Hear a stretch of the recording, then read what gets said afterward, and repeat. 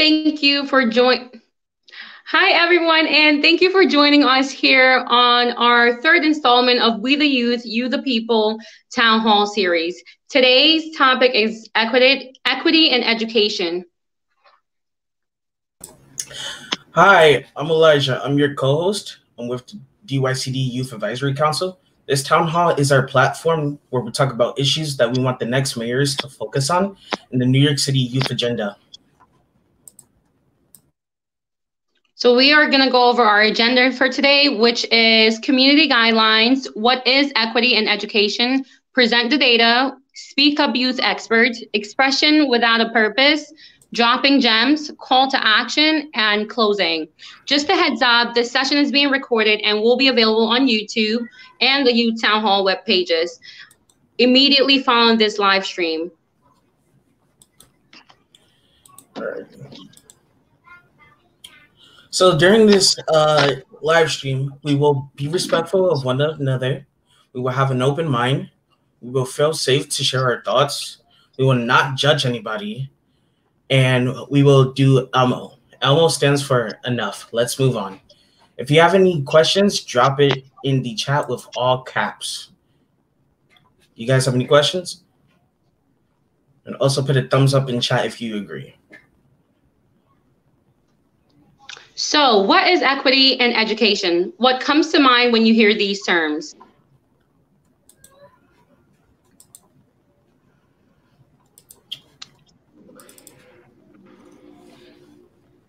Now, some words that we came up with were remote learning, standardized tests, bullying, mental health, guidance counselors, race disparities, college access, teachers, and policing.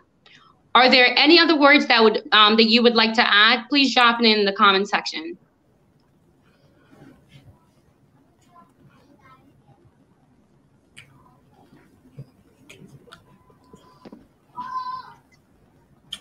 All right, so let's move on. Last town hall, we discussed mental health. We came up with several recommendations. We shared a survey using the Amplify platform, and you guys voted. The top 3 recommendations for the youth agenda will be creating safe and dedicated spaces at school or time in class where youth can speak about issues openly. The second one is providing more school counselors and expanding mental health services in schools. And the last one that we came up with was ensuring school counselors and staff were trained to address and support students.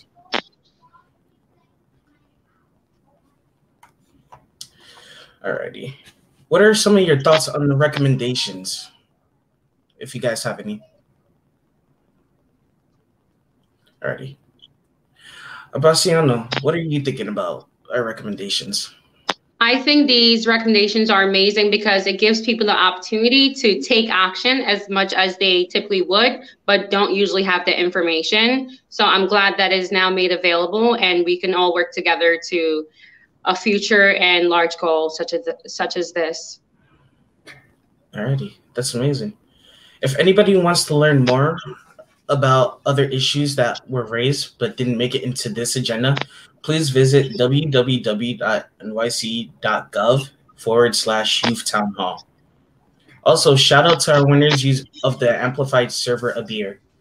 Make sure that you complete the surveys to provide feedback, and who knows, you actually could win a laptop as well.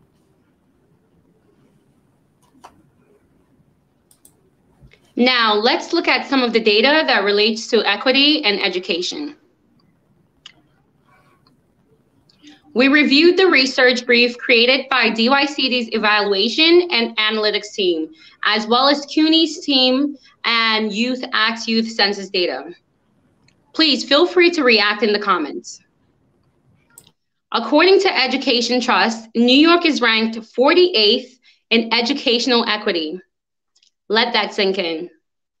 The United States Commission on Civil Rights states underfunding high-need school districts in turn translates into underfunding school districts where most students of color are enrolled. Is there anything shocking about this data or anything that sticks out to you?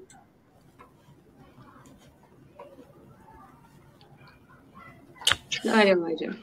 Alrighty.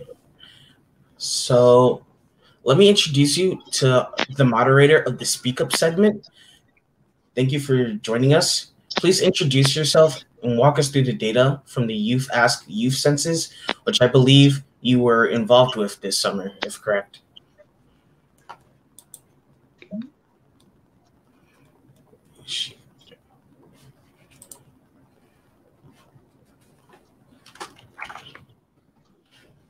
Here she is. Thanks, Elijah. Hey, y'all. My name is Sue, and I want to tell you guys about the Yay Census data. This project was a part of the Intergenerational Change Initiative Participatory Research. I know I've said a mouthful. This is a research project led by youth to gather census data. The data that I'm sharing are just a few points that we wanted to highlight that will be a part of the discussion. We surveyed over 400 New York City youth, and these were the results.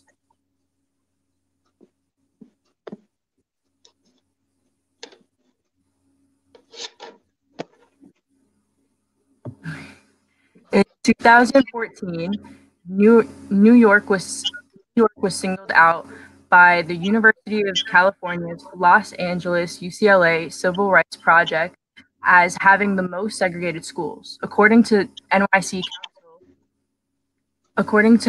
Council, in NYC public high schools, 74.6% of Black and Hispanic students attended a school with less than 10% white students. As shown, Black and Hispanic students are much more likely to attend a school where more than 75% of students experience poverty.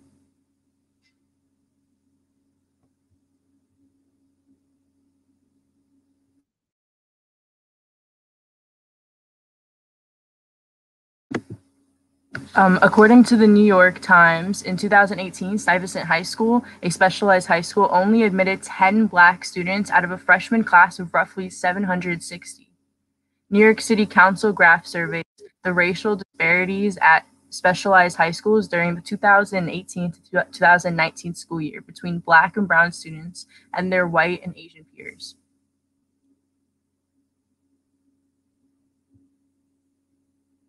Only 40% of NYC youth already have access to a restorative justice program in their school. Young people's civic education and experiences were largely through school and programs outside of school.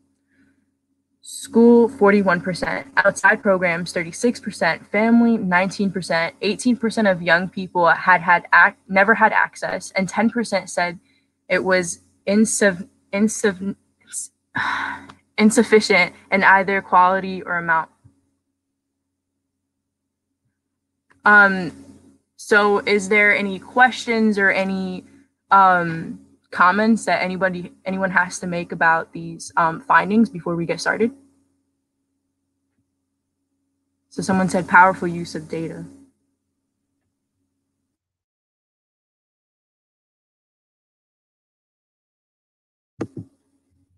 So if any of these stand out to you, just comment and we'll highlight it. But now let's,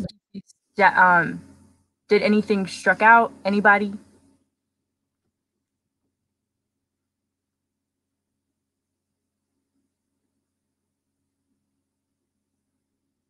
Definitely interesting. It's always interesting to hear what NYC youth have to say about what's going on in their schools and communities. Okay. All right, so let's keep these data points in mind. Now I'd like to introduce our youth experts who are going to join me for the Speak Up. So welcome Jason Bonner, founder of Executive Director of New York Youth Civic Initiative, and Ronaldo Maristani, a Princeton graduate and Bronx native, and currently a program associate at the Association to Benefit Children.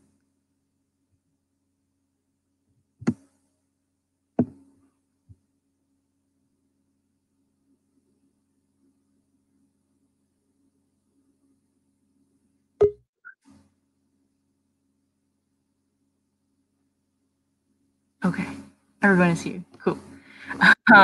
So thank you all for joining us, and let's jump right into the questions.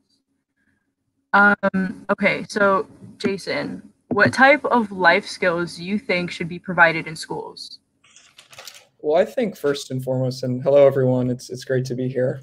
I think first and foremost, the most important life skill is definitely problem solving.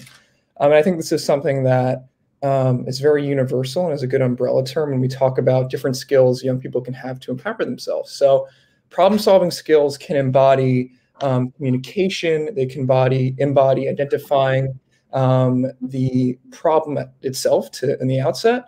Also, being able to research the problem effectively, being able to organize around that problem, and also being able to advocate. And this can go from the community level, or can also go from the individual level. I think it's really important, whether it's getting a test back from a teacher and thinking that you got misgraded, to fixing something that's more general and broad in your community. It's important to be able to learn how to identify what the problem is, conduct the research, and effectively navigate power structures so that you can fix that specific problem. Definitely. I feel like they kind of punish more than they show how to solve problems, and that should be also spoke on. So this question is for everybody. Have any of you experienced or witnessed students being targeted? If so, does the disciplinary practice differ according to race, gender, religion, etc.?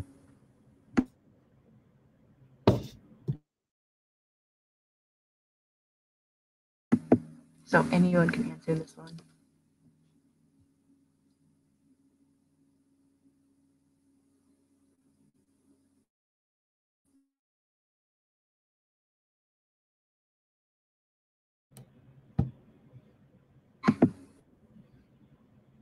Shall I repeat the question?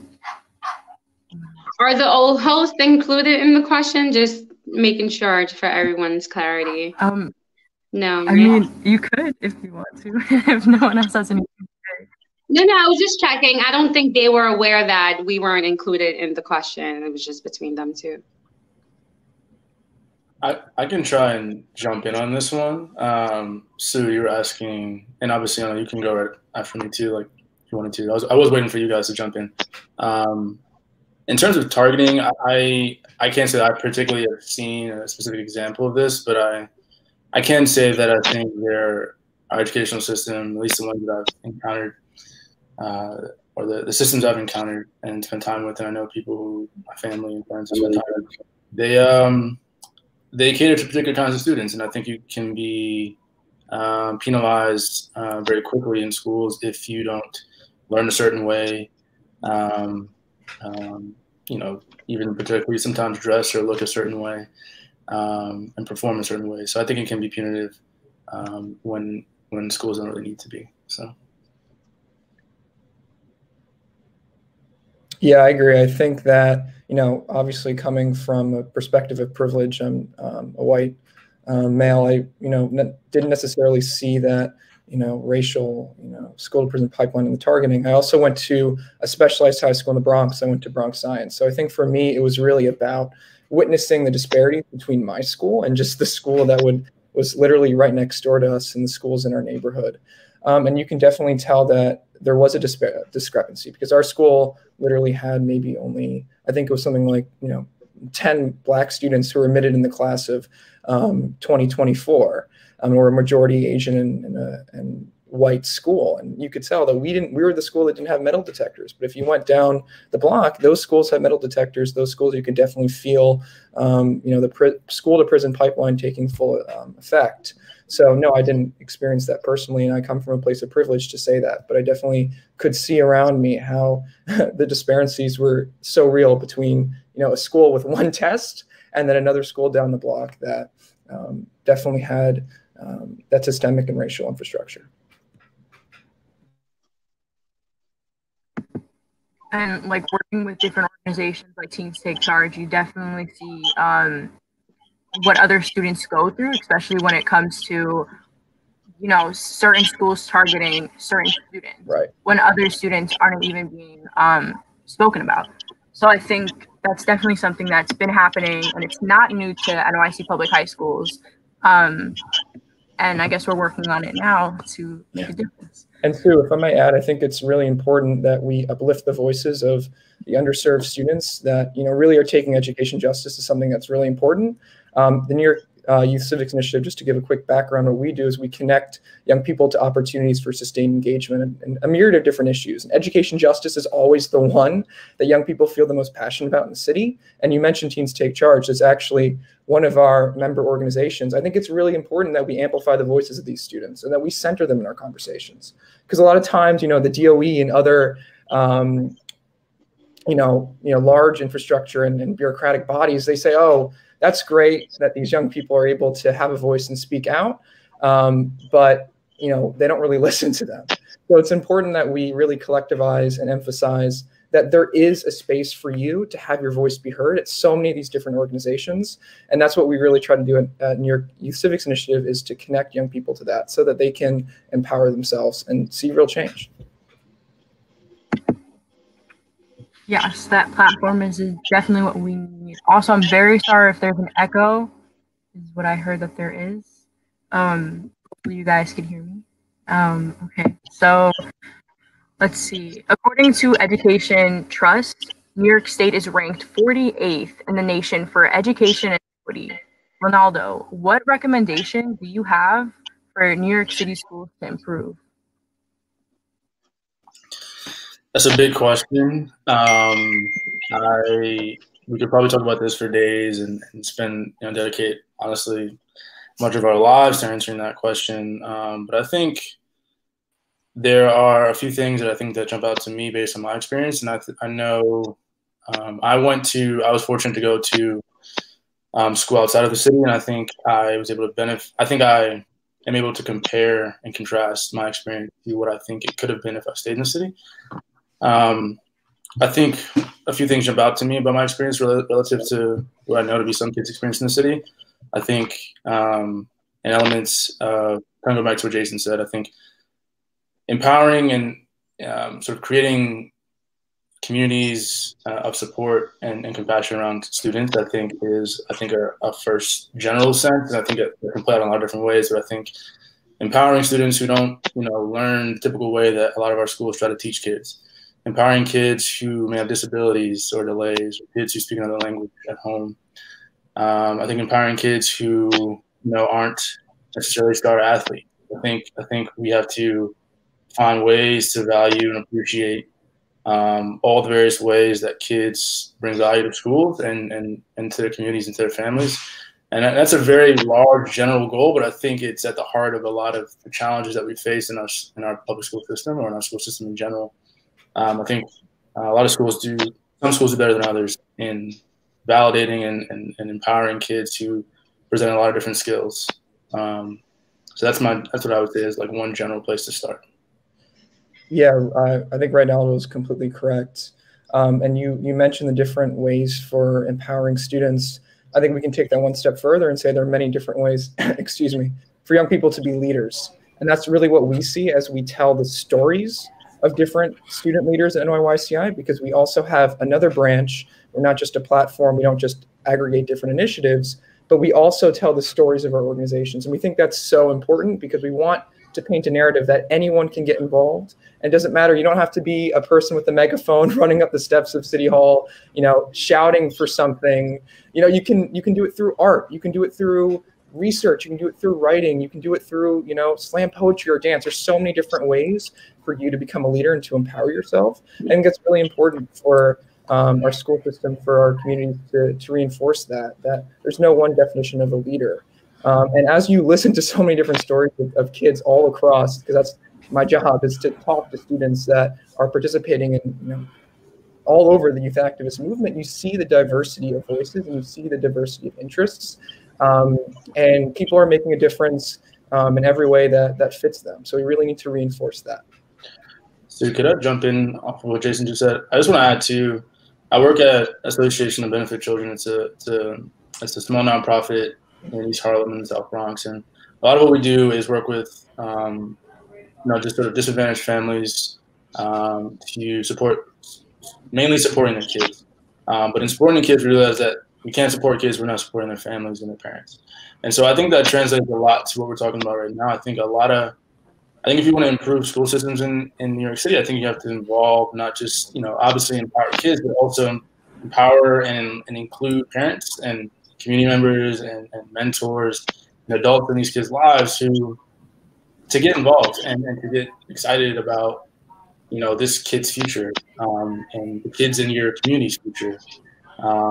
I really do think adults have tremendous impact on what kids see as possible and what they think they can do. And I think, you know, wrapping in the adults and kids' lives is another huge step to transforming and shaping the school system that we want to be. Yeah, I definitely think also adding engagement, like how are students being engaged in their schools? You know, a lot of like kids in my school aren't engaged in their community and they don't have any like need to do that. Like they think that they don't need to, so why should they? And I think we should take that stigma around like, you know, if it's not affecting you, then let's not worry about it. We have to like dismantle that and have like a thing where, you know, we should be educated on what is going on within our school system of being like segregated, of like not having equitable, like equal funding throughout all schools. So I also think by like educating our students on like what is happening also improves what's going on within our schools. But also like engaging them, because especially as things are online now, a lot of students aren't even participating in really anything, and a lot of kids don't know about organizations that are happening and how to make a difference within communities. So I definitely thank you guys for being open with that question. And yeah, so Jason, you think civic education should be prioritized in schools? Yes, civic education should 100% be prioritized. I actually have some personal experience with this. I was part of a youth leadership initiative for Democracy Ready New York, which is a statewide coalition dedicated to advancing civic engagement. And what I saw from that survey where we assess students across the state is that a lot of young people don't know who their local politicians are. They don't have opportunities to get involved, whether it be in any civic activities. And here at NYCI, what we're really trying to do is promote action civics and experiential learning opportunities. So students can learn and make a difference at the same time. And this can sometimes be just as effective or even more effective than bringing that civic education to the classroom, where it's a really great tandem to a lot of the curricular civic education that we have, because students can directly engage in the process. And I think, Sue, you spoke a little bit about engagement in the past. It's also an amazing educational opportunity to get young people to engage with these youth-led organizations. And it's not just youth-led organizations, but also governmental opportunities. Because you can directly relate to your peers. You can talk about, with people who talk like you, who act like you, who think like you, and you can have a sense of community. It's also in the context of your passion. Like I think, Sue, you mentioned a lot of kids don't necessarily feel as though, why should I care? It doesn't really concern me. Well, if we can, everyone has, something that they're passionate about. And if we can meet young people where they are, then they're going to be a lot more likely to stay sustainably engaged with that initiative. And then, like, bottom line, if we're creating engaged and informed citizens, both in the classroom and outside the classroom, we strengthen democracy, because now we have young people who are electing leaders who better support us, who better support our communities. And in that way, we can, create a more equitable and, and a more, just world and society.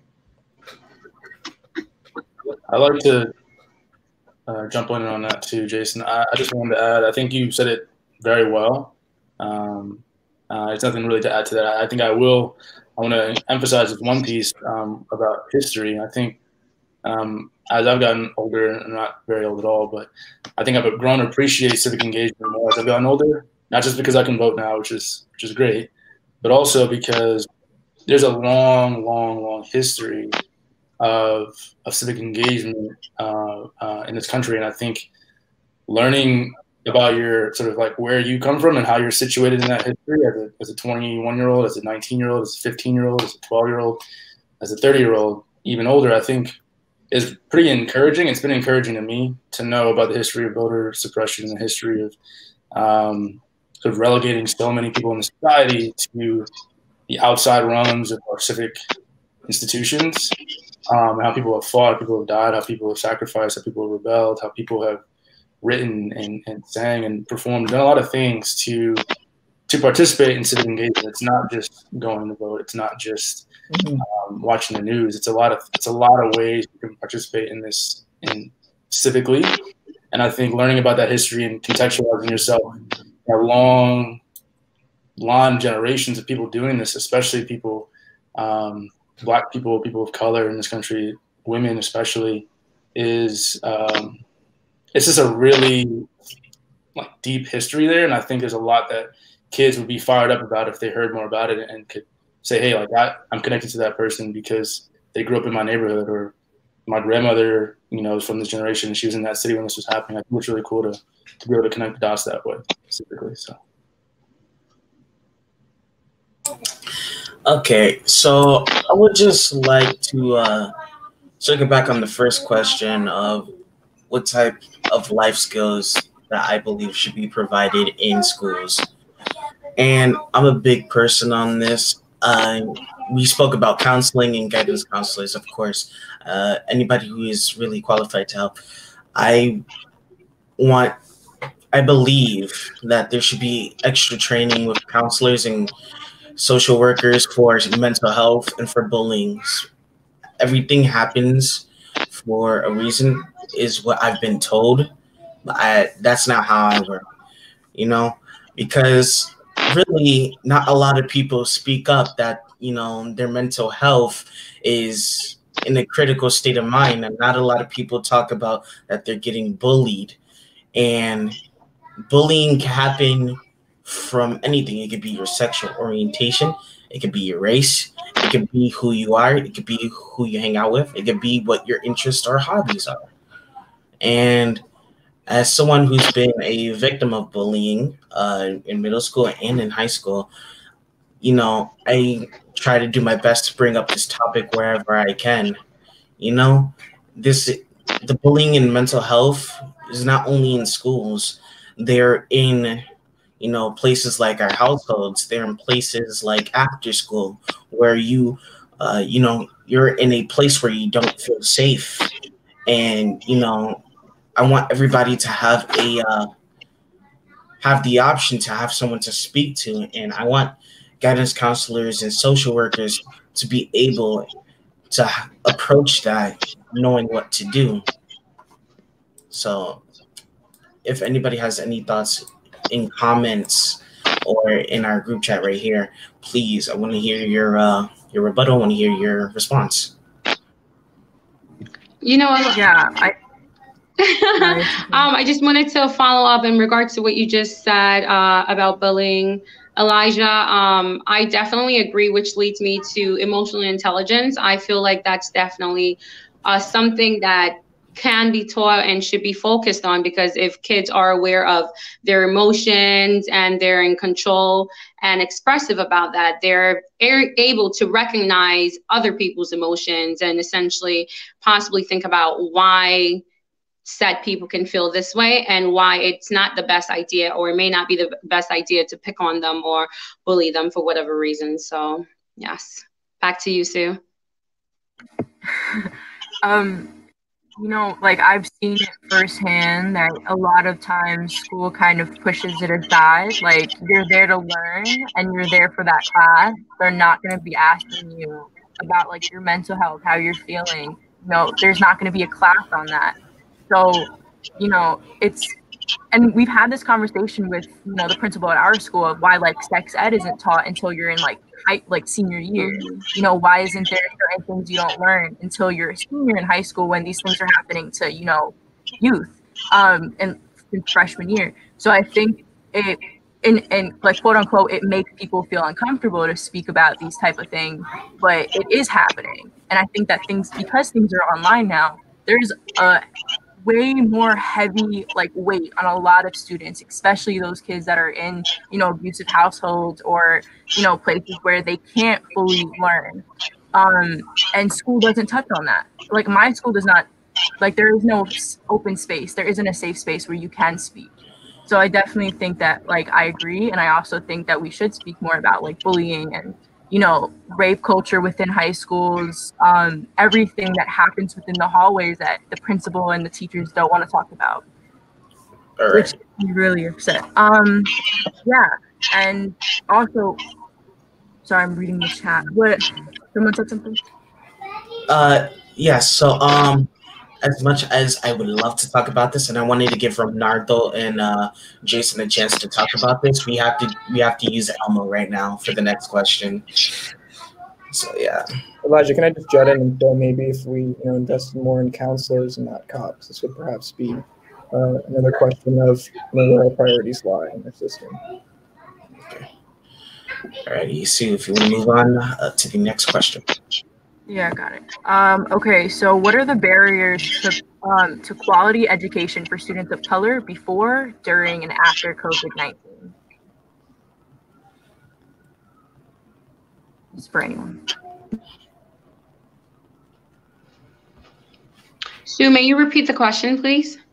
Yeah, sorry. What are the barriers to quality education for students of color before, during, and after COVID-19?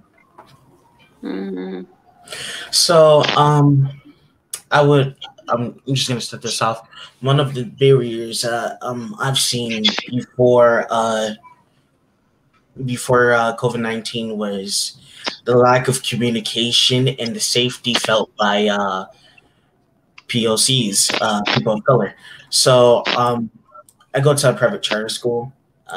Before that, went to a public school by the Department of Education. A lot of my friends and a lot of people that I've seen in the schools are having trouble having access to resources like places they feel comfortable, whether it be from sexual orientation or a place where they can, feel safe in general. Like I said, I try my best to support people on that, any way I can. But one of the big barriers for people of color is access to resources, because everyone has their struggles in life and not everybody has the same life. So for all we know, people could really have no resources to help them in life, to make them feel safe and to make them feel comfortable in this world. And, New York City, I'm going to be very blunt and honest. A lot of New York City does not support every single thing that people, are. A lot of New York City does not support LGBTQ. A lot of people feel like they can't go to anybody because of the resources that are not being provided or not being shown out to them. So they start to doubt themselves. They start to feel unsafe. And that's one of these things that I would love to, bring out. Also, I'm just going to bring something up. School resource officers. A lot of these resources are not being put out to students, but a lot of people of color, can't use their resources. And, school resource officers are under the NYPD. So they also have, in my belief, a biased look towards people of color. And that's one of another barrier that I've seen in public schools. So school resource officers, I've seen a couple have been biased to people of color. I've been disgusted with it, but at the time I couldn't really say anything about it because I was one of those people who felt like I didn't have any resources at the time. Mm-hmm. Because of the resources that I couldn't see at the time. So yeah. Right. And Elijah talks about the disparities in resources. I think this is very important when we're talking about education justice. We're talking about civic and activist opportunities in general and social justice opportunities in general. These schools in underserved communities are the schools that don't have Model UN. They don't necessarily have debate. They don't have the resources to provide the opportunities for students to amplify their voices and to make change. And that's a huge problem because these communities are the ones who, and it just compounds the inequity because these communities are the ones who need to have their voices uplifted the most, who need these avenues for effectively creating change the most. And it just speaks to the broader accessibility of resources for empowerment, of resources for engagement. And I feel like a lot of times, and this is what I've heard from interacting with a lot of students, and Ronaldo and Elijah would love to hear your perspective on this as well. Sometimes these opportunities for you to speak up and to create effective change can just be like a matter of luck. And it shouldn't be like that. It shouldn't just be something that you see in a flyer in your hallway or something that you just stumble upon.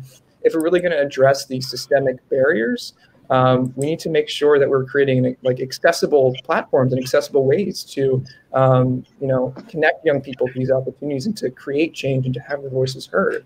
Because the discrepancy in resources and the discrepancy in opportunities is only just disparately affecting, the communities that need to be heard the most.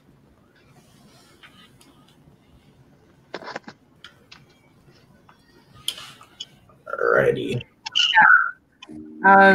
So we have one more question, and it's how can we prevent students feeling criminalized by school resource officers? I'm sorry, can you repeat that question again, Sue? How can we prevent students feeling criminalized by school resource officers?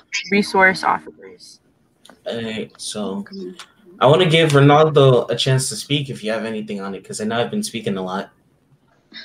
No, you're good, Elijah. I love hearing what you had to say, and I appreciated your honesty earlier. Also love the flag you got behind you. Yeah, I didn't go to a public school in the city, so school resource officer is actually a newer term for me. I think I can quickly say, though, that I think the question is interesting because if we're trying to prevent students feeling a certain way, then it seems like I would even question, like, even the way we phrase it, like maybe we could phrase it as like, how can we, kind of affect school resource officers' sort of approach to kids, and not put the onus on the kids to sort of feel differently. But I do think it's like you said, Elijah, like I think law enforcement officers, because of the world in which we live, may come into communities of color with sort of a set of preconceived notions and feelings towards kids of color. And so I think to start, I think there are a lot of ways to get at it, but I do think education, I think exposing people to things they're not used to, things that are new to them. I think both the SROs and students, I think creating spaces for people to speak without fear of retaliation, where kids and officers can speak to one another. I think finally, again, incorporating not just kids and officers, but families and friends and other adults in the community, to create spaces where we can get to know one another. I know it's a very idealistic thought. I also finally want to say, I think SROs acknowledging this history of law enforcement being especially punitive and kind of I guess aggressive and oppressive even of communities of color is a good place to start, owning like that history, and then starting from there. I think is a good place to start on like a system-wide approach, and I would recommend that for any person who's coming out into a school from a position of authority or law enforcement. So that's what I would say. Yeah. I'd just like to add really quick that educating the students and the youths on what is right and what is legal and not legal, and what essentially is allowed to happen to them by, law enforcement of any sort, can really help as well, like into not being victim due to lack of information or lack of knowledge. Agreed. So totally agree with Fernando and Bassiano. School resource officers, in my experience, have done nothing except stand guard and honestly terrorize people. A lot of kids, especially people of color, they don't feel safe around police because of the history with the NYPD. It does not help them to, you know, go into a place of an environment where they're supposed to feel safe and learn, and just see guards constantly with metal detectors, with NYPD patches on their arms, with handcuffs, radios on their belt, you know, and I say stuff like I'm disgusted on how the police act is because of their tactics. I understand why police have people in their people in school. What I mean by their people, I mean school resource officers, but it's strictly unnecessary. What I feel like is we need more people that are in our schools, but are also there as a supportive instead of a defensive. What I mean by defensive is just strictly don't listen to people. Just do your job. If they give you any type of shit, excuse my language, you know, detain them and bring them to this person. And you know, I I honestly am disgusted because when I left my public school, I felt a sign of relief from the people who were there to, you know, protect me, because in my school, our security are actually well-known, likable people who involve themselves with the students, who are there for the students. And you know, I've had one conversation with one of the people when I first got into that school, thinking, oh, this is an NYPD school resource officer just wearing regular clothes. But no, this is a person who's genuinely here to work and care for the students. He made me feel like I was in a safe environment. He was supporting me with some work during my you know, recess lunchtime. And I feel like that's what we need more of, instead of officers walking around with handcuffs, officers who are talking about what are you doing, go over here, do this, do that. If not, we got to put you in handcuffs and take you to this person. And you know, people who also don't flash their rank. And what I mean like that is that I've specifically heard a school resource officer give shit to a person of color, but then, you know, said, you know, you're breaking the rules. I got to give you to my sergeant. And that kid was, you know, terrorized. They're not doing anything except terrorizing people. And, you know, it's a big problem because your job as a school resource officer is to make people feel safe, but you're terrorizing them with the things that you're saying, with how you're approaching them and the actions you make. You as a school resource officer, you're especially responsible for yourself, your actions, and for the children that you're supposed to watch over, because it's going to be a big problem when, you know, when you're there to protect them, but then you're not really doing your job. Your job strictly is to serve and protect those kids in that school, and you know, they're not even doing that. So we got to actually wrap up on this. So this topic, so yeah.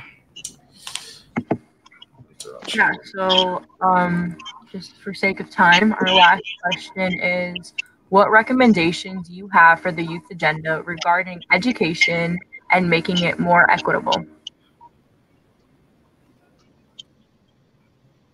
Yeah, well, I think first off, just coming from personal experience and going to a specialized high school, we have to get rid of the test. I think that's an important way of first kind of integrating, you know, some of the most segregated parts of our school system in the specialized high school. I also think it's important that we address the informational piece. I think a lot of times, you know, going back to middle schools, going back to elementary schools, a lot of communities of color don't have the resources and information to put themselves on the path or the pipeline to, you know, let's say, you know, take the specialized high school test if it's still there, or to, you know, go to and assess their options of going to different schools in their community and abroad. And, you know, this is an historical thing. And I think that it's definitely important now with COVID and the virtual world. As more young people feel distanced from their communities, feel distant from their school system, we need to make sure that we're giving them that extra support, especially underserved communities, especially communities of color who are impacted the most right now from the disparities and from the effects of COVID-19. We need to make sure that we're giving them the support and the social services that they need so they can be informed about their options in education, and then they can be empowered as well. I think the second step in this is, and I'm sorry if I'm speaking a lot, is empowering young people to go out and advocate and fix these issues. It's not going to happen on itself.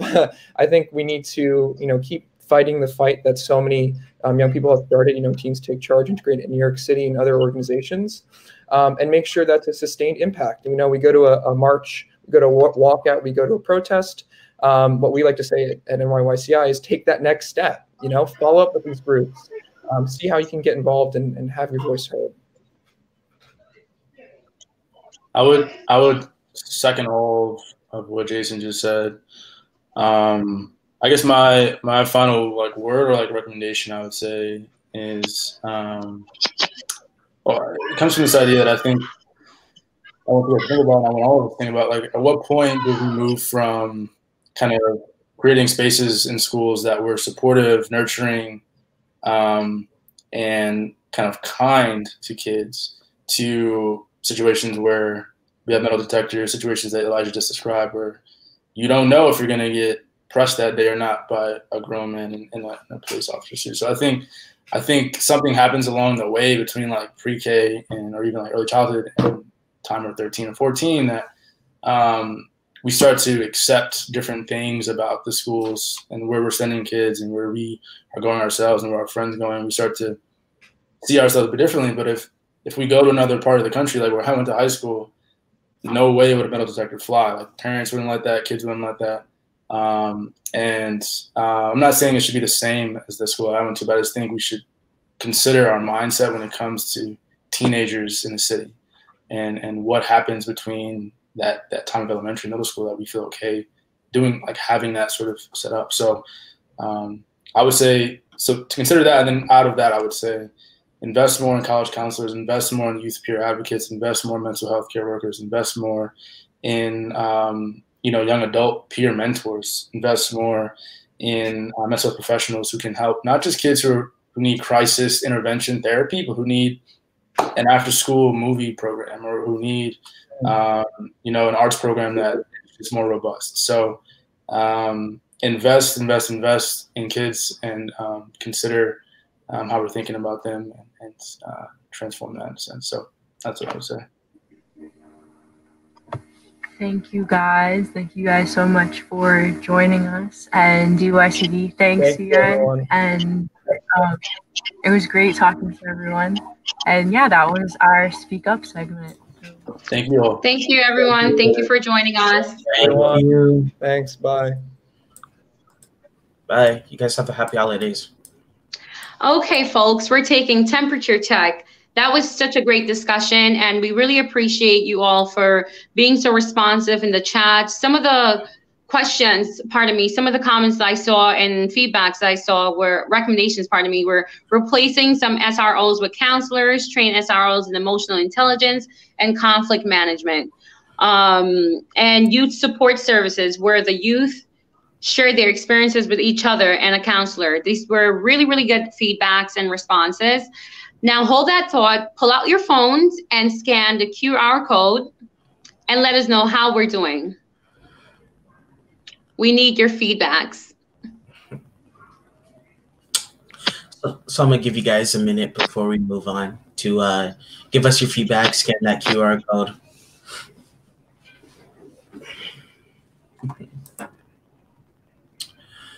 All right, so we're gonna move on. Next up, we're going to share a video from a young woman that reached out to us on social media. While this is not everyone's experience, we want to move to a place where this is no one's experience.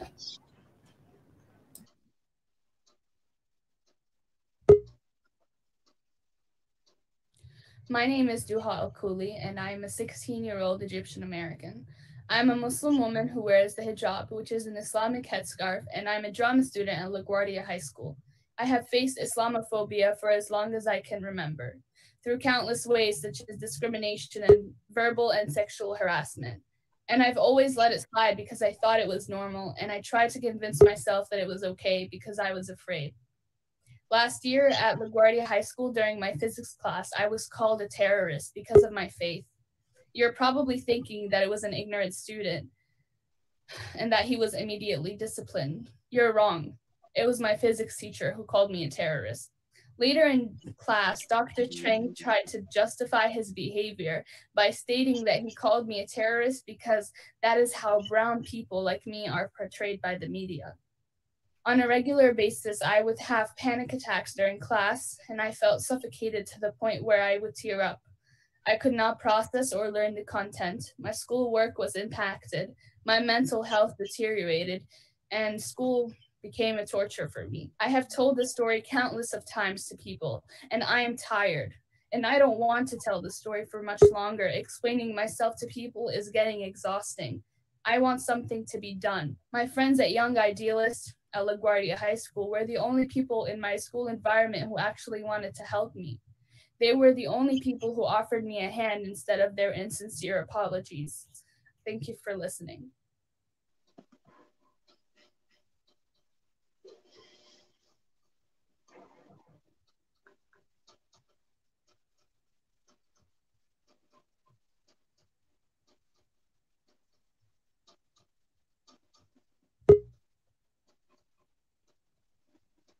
Wow, that was a powerful video.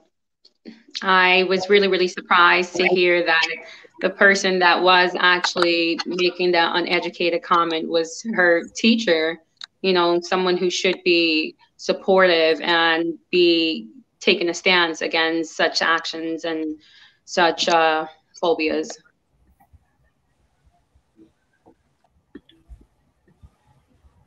So next up, we're gonna joining us, we have the Young Idealists. This is the group of youth activists from LaGuardia High School with an important message. They stand with Duha and all NYC youth. Now, let me introduce you. Oh, pardon me. Go ahead.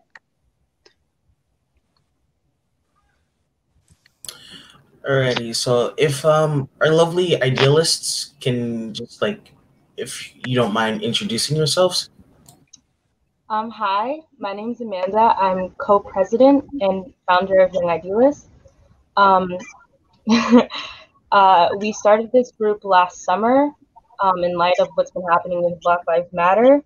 And we've been fighting for equity in education, and we're based in LaGuardia High School. Yeah, hi. My name is Abby Rivera, and I am co-president of Young Idealists. And when Amanda came to me last summer saying like, hey, you know, with everything going on, like what do we do? We felt so lost. So we just decided like, why don't we gather some of our friends and, you know, work for something that can actually make a difference. I'm Kayla. I'm also part of Young Idealists. I joined back in June, and we sort of did like this Juneteenth thing where we talked about all the drama teachers and sort of like explained what it's like to be a POC student in the arts, and that was really impactful. And since then, I've been part of this group, and I'm just thankful that we have this group in this space to just try and still change in our school because there's still so much to be done.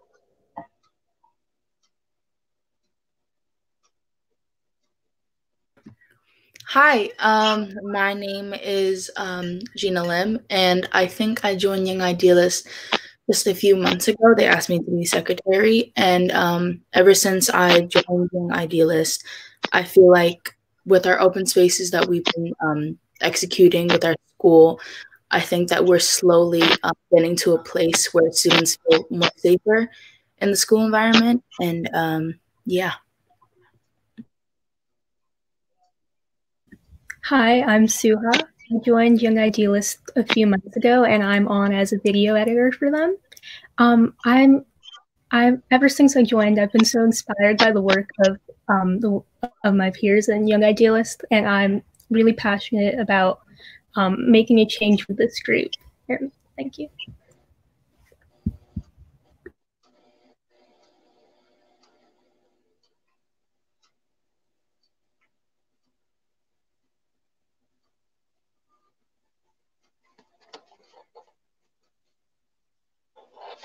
Thank you so much for introducing yourselves, ladies. You may begin.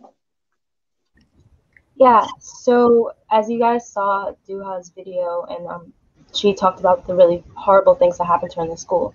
And we wanted to read to you this letter that we all wrote together, addressed to New York City public high schools. Yeah, and we'll read you an excerpt of it. So Sue, I can start. First, thank you, Duha Elkuli. Thank you for inspiring a movement and being strong enough to speak against a system that actively works to isolate the silenced majority.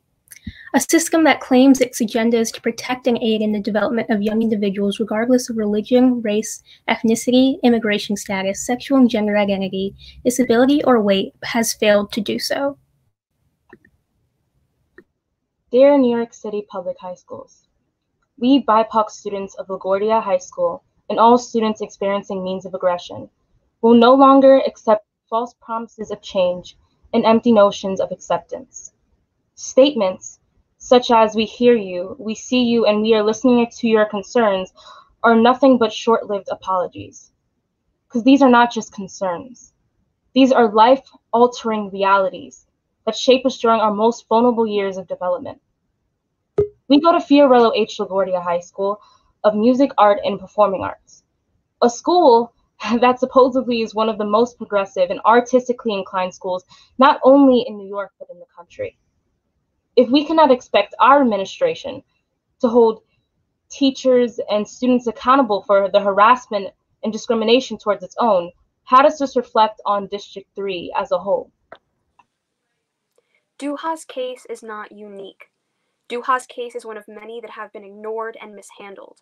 And this does not take into account the students who have been too afraid to speak up because of the hostile and isolating environment created by your district managers and policymakers.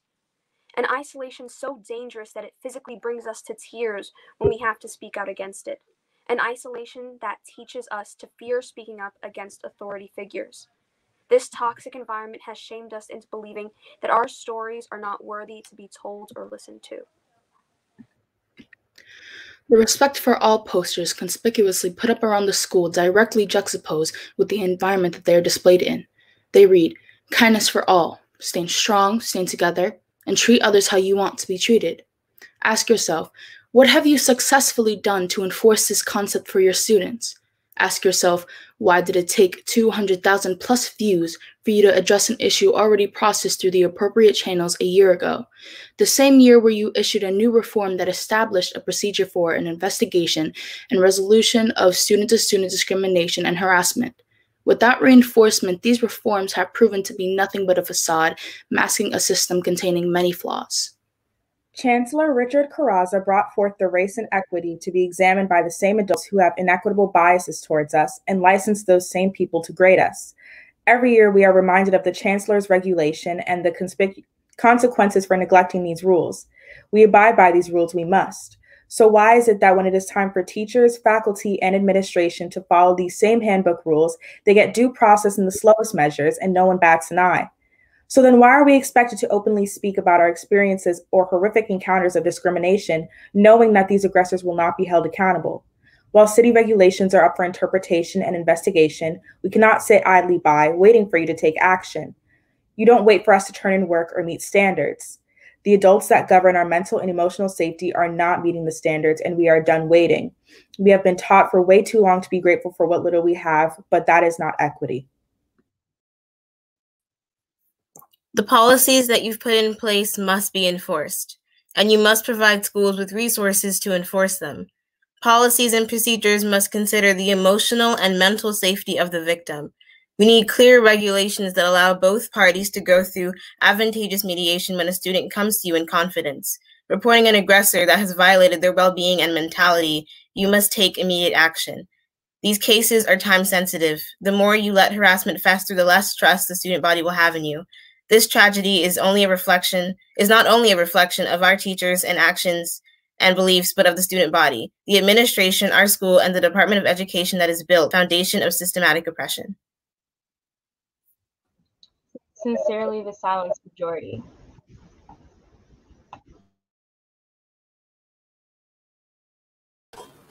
Wow, that was such a beautiful and powerful message. what recommendations would you guys have for the youth agenda? Yes. At the end of the letter, we had a 3 bullet point message, clear messages that we want reforms and regulations when it comes to do with reporting harassment and discrimination in schools. So we need clear regulations that allow for mediation between the victim and the aggressor. We need immediate action and a faster process when it comes to reporting these and bringing it to the Department of Education, because a lot of the times when this thing is going through a process in these reports, they leave the victim out hanging and they don't reach back with them and they leave them in a hostile environment. Yeah, that's the suggestions we have. Thank you so much, young idealists. Now, let me introduce you guys to one of my moderators for the next segment. Thanks for joining us, Abube. Tell us all about this next segment, okay? Thank you very much, Elijah. Shout out to the young ideas for that wonderful presentation. My name is Ebube Weme. I'm a member of my brother Sister Keepers Youth Council. I'll be looking forward to be a moderator for this Dropping Gem segment. This is one of my favorite segments. It is where you get to speak and also hear from seasoned experts. And we have a rule: if you hear something that you like, please be sure to drop a gem in the comments. Thank you. Let's also welcome Chelsea, who will co-facilitate this segment. Okay, hi, my name is Chelsea. Thank you, Bibe. My name is Chelsea, and I'm also a member of MPSK. Our seasoned experts today are Lila Mishia, Vice President to the Community Educational Council, and also an advocate for lower-income families. We also have Edison Julio, which is a graduate of Harvard School of Business and has committed to educating justice-involved youth. We have Tracy Skronic as well, yes. And an instructional lead at District 17 and advocate for equitable education. And last but not least, Dr. Adolfo Muhammad, who is a high school principal of Bedford Academy and is part of a collective of educators bringing forth legislation promoting equity and educational access to Black and Brown students. Thank you to the expert for joining us.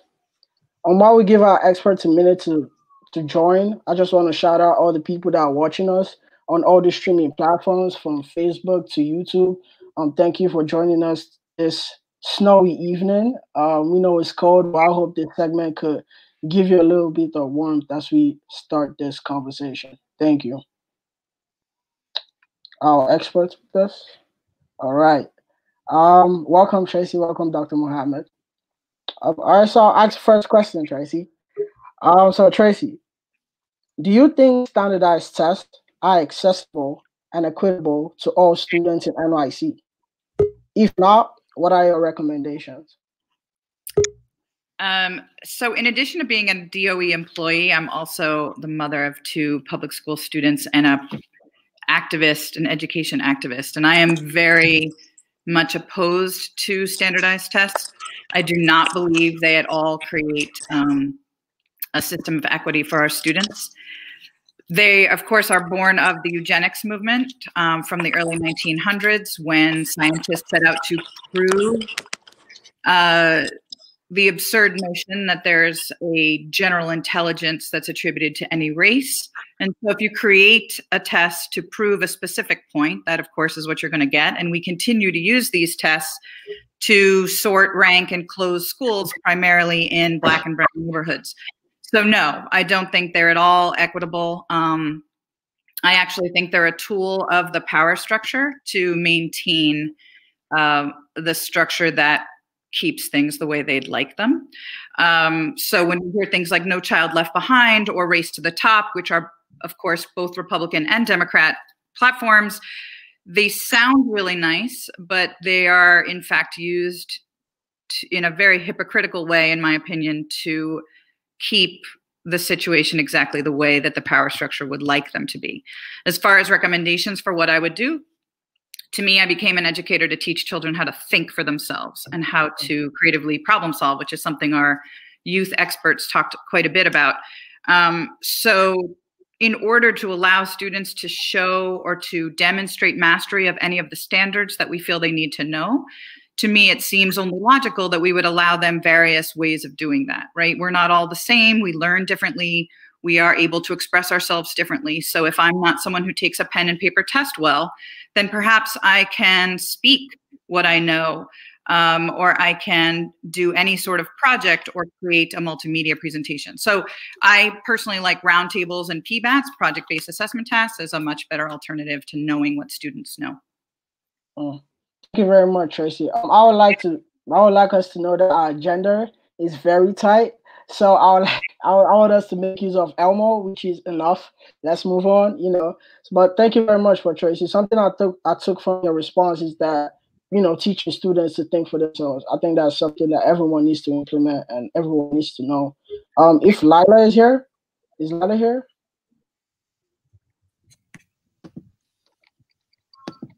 Lila, can you hear me? Yes. I'm on. Can you hear me? Yeah, we can hear you. I don't know if you are listening to Tracy, but talking about standardized testing, would you like to add anything to that?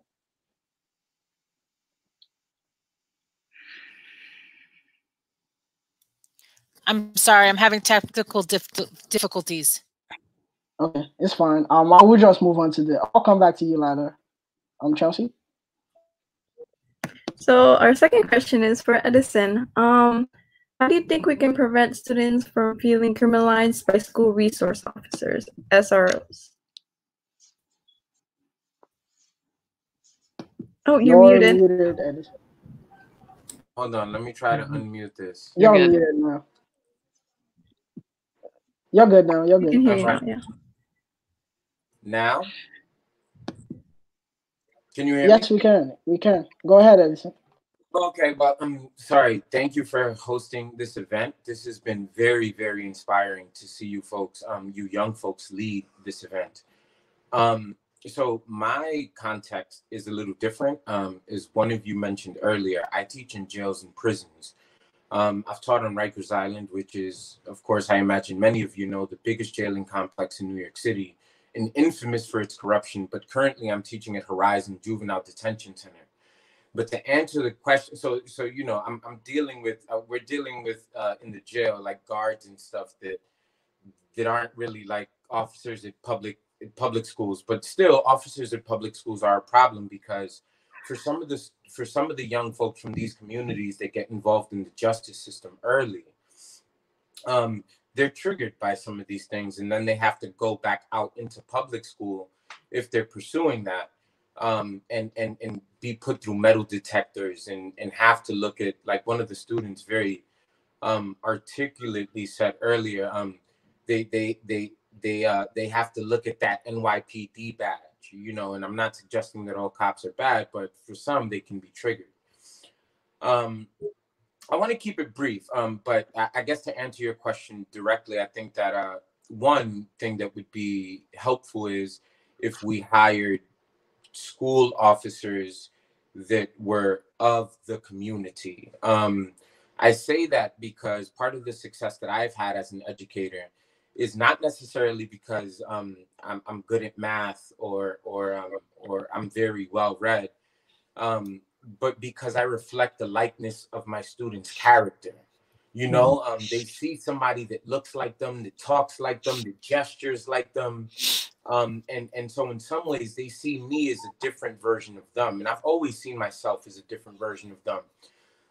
And so when you have that kind of relationship in a building, if I'm an officer, right, I can understand some of the cues. I can understand maybe some of the moods, certainly some of the language that when misinterpreted causes problems and stuff like that. So I think that would be helpful. Thank you. I agree quite as well. Everybody, yeah, thank you very much, Edison, for your response to that question. I would like to give my next question to Dr. Mohammed. Who decides the SRO, which is student resource officer, school resource officer? Who decides the SRO stroke student ratio in public schools? Is it based on demographic, of the district or zip code? And what are the requirements for co-located schools? Well, thank you for inviting me. I want to say I'm very proud of the scholars who accentuated their positions, and hopefully they can usher in a new Reconstruction era and change the fundamental problems associated with public education, in particular in New York State and New York City. Now, in terms of SOR officers, it's usually predicated upon the number of students that you have in your building. So it could be one school safety officer, that's what predominantly that they're called, or it could be two, but it's really predicated upon the number of students that you have. And if you're talking about co-located schools, you're usually talking about larger schools, so there would be more school safety agents in that particular school setting.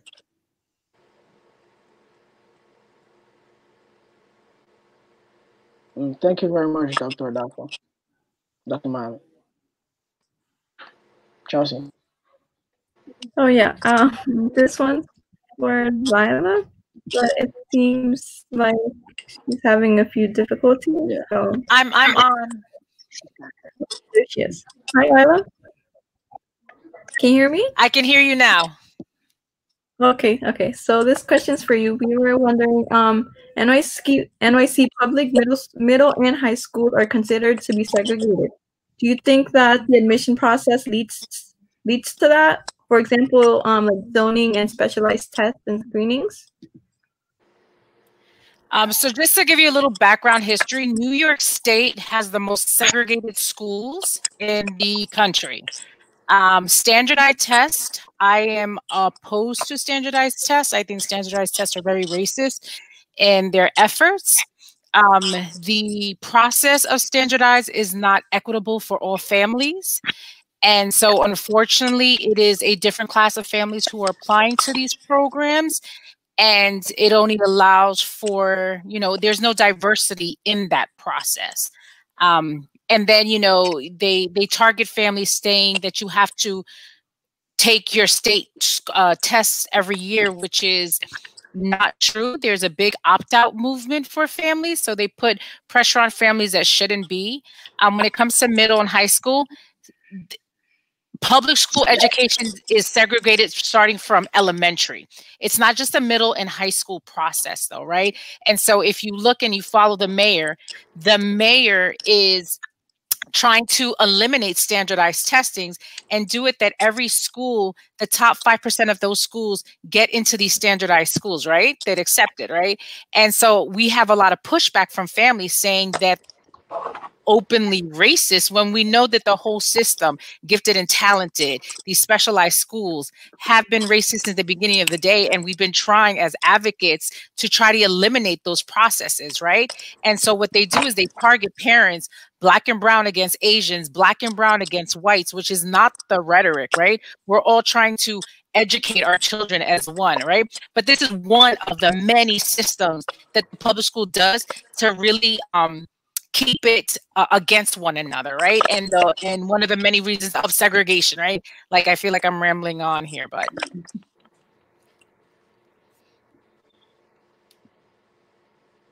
No, you're not.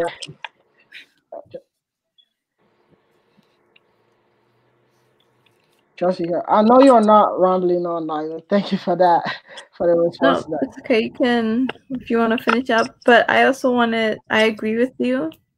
And I'd also like to say that, yeah, thank you. Thank you. We see some gems coming in from the comments. Thank you for those watching us on YouTube and Facebook. We see the comments, and thank you. I might have a question for either Dr. Muhammad or Tracy, whichever one of you wants to jump on this question. What are schools doing to prioritize mental health for ELL learners, justice-involved youth, and students with an IEP? Sister Tracy, you want to attack that before I do? What I'm going to say is not very politically correct. To be very honest with you, I don't see the DOE doing much of anything for the mental health of any of the student groups that you're talking about. There's a lot of rhetoric around it, but I don't see much action. I don't know, Dr. Muhammad, if you see differently. I see some incremental change in regards to anti-bias training, to implicit bias training. I see in my superintendency, there's an effort afoot to really deal with the social emotional learning aspects of those students who are historically disproportionately cast aside and really not targeted for assistance. But it's incrementally, it's not system-wide, and that's one of the fundamental problems with the Department of Education. It's incrementally, it's spotty, but it has to be every single week, every PD should have a level of looking at the priorities of mental health and social emotional learning support systems to deal with the unique issues those particular populations in New York City have, and for that matter, every particular scholar in New York City.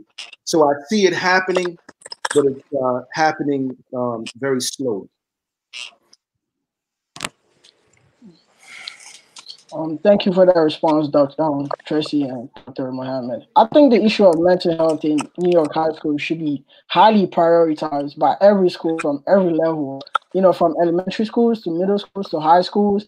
And don't think when kids get to college, they're overgrown that issue of mental health. You still need to prioritize that issue even when they get to the highest levels. So I feel like wherever they could get help, it should be provided. Whoever could give them help, it should be provided. Proper trainings for counselors. Not, you know, you don't. The worst thing you want is for a counselor or someone that you go to seek help to seek color. You know, so you definitely don't want that. So definitely proper training. Mental health should be utmost priority because everyone, one way or the other, not every time, not every day is a great day. Not every day is it's a wonderful day. So you have different days. So mental health is definitely something that should be given to every student and should be present in every school. So thank you for that for answering that question, Tracy and Dr. Mohammed. Thank you. Now this is a question for all of you actually. Should after school or other programs receive more funding to provide college access and awareness? I'm not sure if maybe Lila wants to go first. Sure. I think it should be mandatory that there is a budget for after-school programs so that our youth have a place to go and they can access certain programs. And also because we're dealing with a lot of food scarcity even prior to COVID.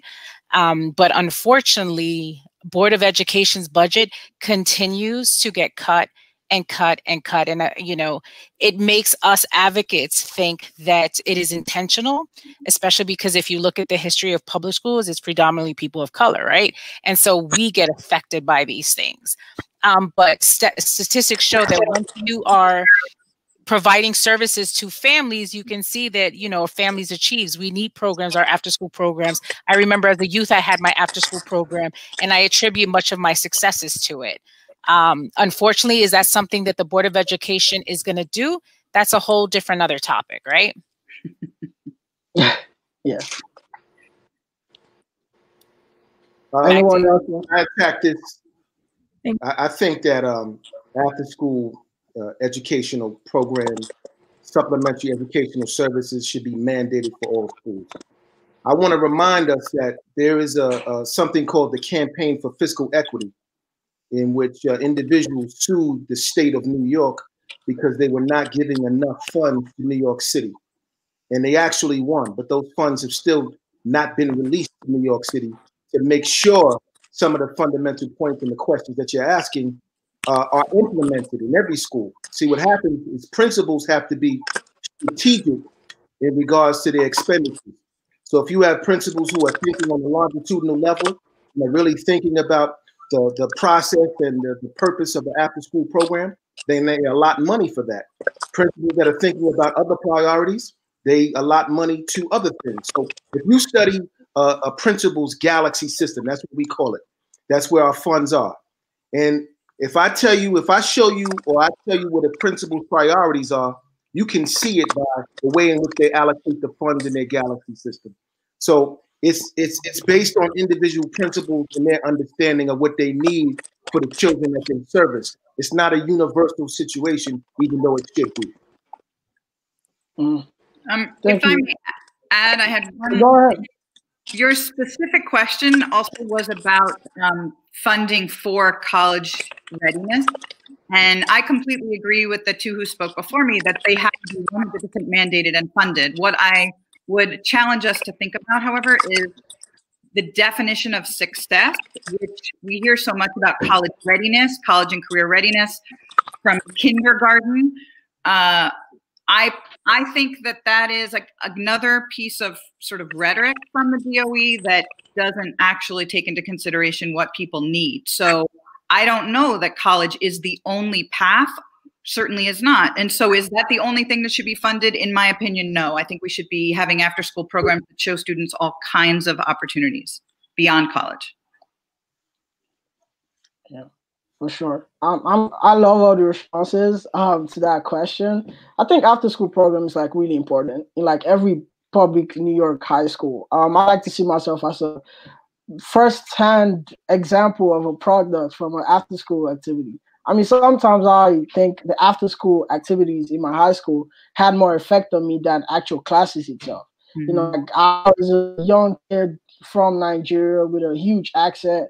My first contact with students, with friends, was in an after school activity. My first confidence, my first public speaking actions, my first activities being ran by it was all from an after school activity. So when the news is coming out earlier this year that these programs were being cut, and the after school I was part of in my high school had to be one of those that had to be cut. So I was really sad. I was really shaken up. So those after school activities are important. They are needful. So thank you for answering that.